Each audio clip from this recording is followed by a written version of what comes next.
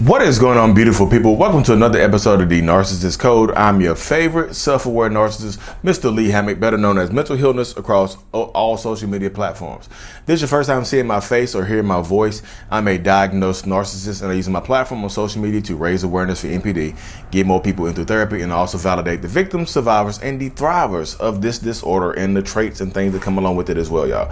Today's episode is going to be about how sometimes a narcissist will try to replace you or supplant you in your own life. Yes, mirroring. So many people ask me about how narcissistic people mirror you and do all this stuff and do all that stuff. Yeah. So I've been saying this for a very long time. Before TikTok, before Instagram, YouTube, wherever y'all watching this, the podcast, whatnot. I've been saying this for a very long time.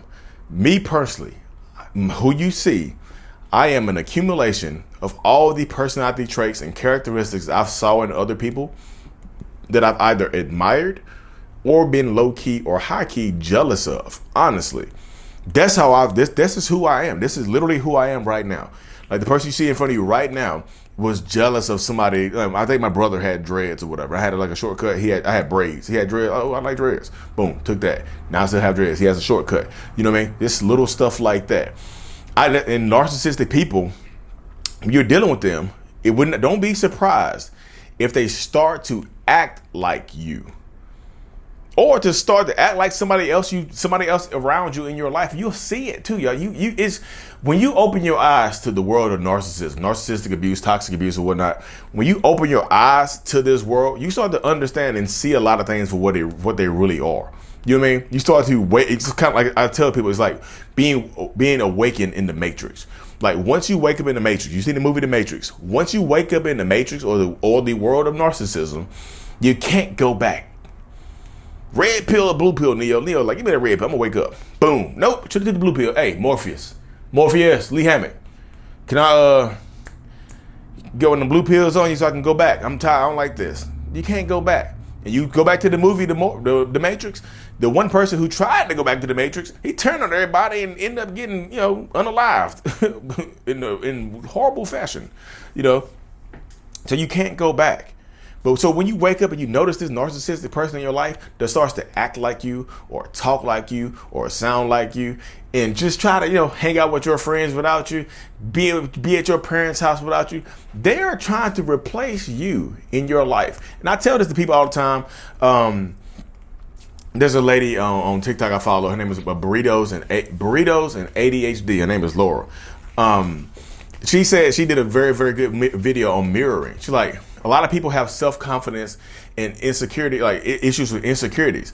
Think about how good of a person you have to be, or how good your qualities have to be for a narcissist to come into your life and mirror them and try to take them from you. You might not see it yourself, but that narcissist sees it. The narcissist sees your huge friend group, or your friend group, or your work, your parent, your family dynamic, the way you talk, the way you speak. They see that and they try to take it from you. They try to become you. You might not see it, but they see it. We see it. I'm a narcissist. I know some people in my comment section are like, Lee, you're a hypocrite. You can't stop saying they. Stop saying they narcissist. You're a narcissist too, man. I'm like, did y'all not hear the beginning of the video when I say I'm still a narcissist? Like, what? Y'all keep trying to have these gotcha moments. I'm gotcha in myself. Gotcha in. I know that's not a word, but I just feel like it's a useful term right now. Gotcha in. Y'all trying to gotcha in me, But seriously, they are trying, like narcissistic people, they might make you feel insecure about yourself or say things about yourself, but they're trying to replace you in your own life. Like I said, if you have special catchphrases and they start saying those catchphrases, be like, wait, huh? You have a favorite TV show or favorite, band, favorite music. Huh? You like them? I thought you hated them. I thought you hated country music. I thought you hated Luke Bryan. No, what? I hate Luke Bryan. Have you not heard Buy Dirt? Have you not heard Radio In? No, that's not Luke Bryan. Have you not heard Razor Blade? What? I love Luke Bryan. Strip It Down, Mr. Strip It Down. Back to You and Me, like it used to be when it was the old back road. I know I love Luke Bryan, y'all. But seriously, they will take on your personality characteristics. And a lot of times they start doing it from the very, very beginning. They'll start to mirror you from the very beginning. Somehow y'all have these same similar interests. Wow, this is amazing. I've never met somebody who likes this weird abstract band in Hillsborough, North Carolina, and nobody else is like, I'm in the band. Like you're a fan of this band and I'm in. Oh yeah, y'all my favorite band. Y'all. A lot of times people are mirroring you to get something from you. Most times it's gonna be a man or whatever, first date, man or woman, whatever, just trying to clap your cheeks, trying to manipulate you and think they are super interested in you. Listen to people.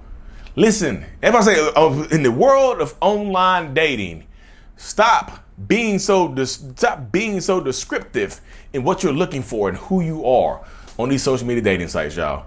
I'm just telling you, you can list the beef. List the beef. Graduate student, North Carolina, degree in industrial engineering, whatever. Don't get too specific. Well, I like long walks on the beach and nice yellow roses and things like that. I love that type of stuff. And you'd be surprised when they show up, y'all first date is somehow on the beach with a bouquet of yellow roses. Surprise! How'd you know? Well, my best friend's name is Tinder Bumble. And he's about 10 years old. Tinder Bumble, he swipes a lot. No, y'all stop listening. I'm just telling you, they will mirror you and pretend to have the same things you like, to like the same things you like, to get you. They just will. You know what I mean? But this is also goes to show you, this is another like a caveat here, that it doesn't have to be a romantic friendship, a romantic relationship that a narcissist tries to replace you in your life.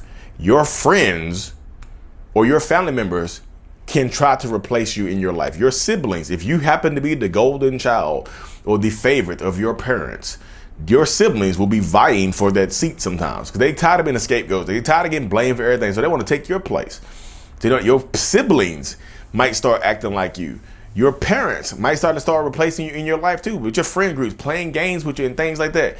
It's it goes a lot deeper. It doesn't have to be boyfriend, girlfriend, husband, wife, partner to partner, marriage. It doesn't have to be that. This can absolutely be siblings. This can absolutely be your best friend who's a narcissist. Because think about it like this. If you have a narcissistic boyfriend, yes, y'all, I know women can be narcissists, but if you have a narcissistic boyfriend, guess what? That narcissistic boyfriend has parents. That narcissistic boyfriend has friends and family. So that they're not only just your narcissistic boyfriend, this is somebody else's narcissistic son or narcissistic brother or narcissistic friend or classmate or coworker. Or, that person plays different roles in everybody else's life. This is your narcissistic boyfriend or girlfriend, but this is somebody else's daughter, sister, son, whatever, cousin. This is somebody else's family member. You see what I'm saying? It goes way deeper than romantic relationships. I try to tell a lot of people that as well. Like, it goes way deeper than just the romantic relationship when you deal with a narcissistic person or a toxic person. It just does. It goes a lot deeper than surface level, just, blah, blah, blah, boop, boop, boop, beep, beep, beep. It just does. It really, really does. So if you deal with narcissists and toxic people, understand that this is the way of the world. This is just it. They're going to try to replace you. And sometimes, like I said, especially in your friend group, if they get inside your friend group and y'all break up or something like that, guess what? These are my friends first. I would really like if you left my friends alone. Guess what? They're gonna be trying to turn your friends against you. Hey, look, I still want to be friends with you guys. I love you guys so much, but she doesn't want me to be y'all friends anymore. So I guess she broke up with me. So I guess I have to break up with all of y'all. I mean, she's kind of, whatever. They're gonna try to turn your friends against you. That's not fair. We're all friends. We can all still hang out. Just because y'all relationship's not together doesn't mean we can't all hang out and be cool. They need to grow up. Now your friends are against you. Just by me saying that type of stuff right there. You see how smooth it is? Y'all, that came off the top of my damn head. This happens. They can replace you in your friend group and hang with your friends, hang with your family. They can do things like that. I've talked to plenty when I'm doing my one-on-ones over Zoom. I've talked to plenty of people whose narcissistic ex-husbands or ex-wives are still somehow friends with their mom or dad. Like, I called my ex-wife, dropped the kids off at my house to go hang out with my mom. What? I'm just saying. I know their relationship. Like, some people want that type of relationship, like everybody still be cool or whatever. But sometimes it can be toxic, y'all. It can be very, very toxic. It's like they're trying to replace you in your parents' life. They got the daughter or the son they never had, but they got you. You see what I'm saying? A lot of narcissists and toxic people go that they go that route. That's the route that a lot of us go. You know what I mean? They will try to replace you in your life. Absolutely, 100%. So I say keep it simple, y'all. Keep it simple. On dating profiles, if you have to date online, keep it simple. Because if I ever get I'm married, but if I were to become single somehow, it'd be a smorgasbord because I know what to look for. I know what I'm saying. I'm telling y'all what I would be looking for on a dating profile. Like, the more information you provide for me, the better. Oh, we got a lot of, like, just protect your interest, y'all. Protect your peace. Make people earn your information. Like robots, make them earn your information. Take your time. Speed is the weapon of the narcissist. Trust me when I say this. I know people just listen to me like, Lee, you don't know what the hell you're talking about, brother. Speed is not the weapon of the narcissist. The weapon of the narcissist is the devil. Well, yeah, I got you. The devil is fast, y'all. Imagine the devil racing Usain Bolt. Devil. The devil is fast, y'all. Usain Bolt is fast, but the devil is faster. But let me cut this thing short. Now I got the rambling at the end, y'all. Austin, Texas, weekend of October the 15th. We coming live meet and greet, Austin, Texas, in that area or whatever. Live in-person meet and greet. They're getting bigger and bigger, y'all. Stay tuned, like and subscribe for more. Mental Illness is out. Peace.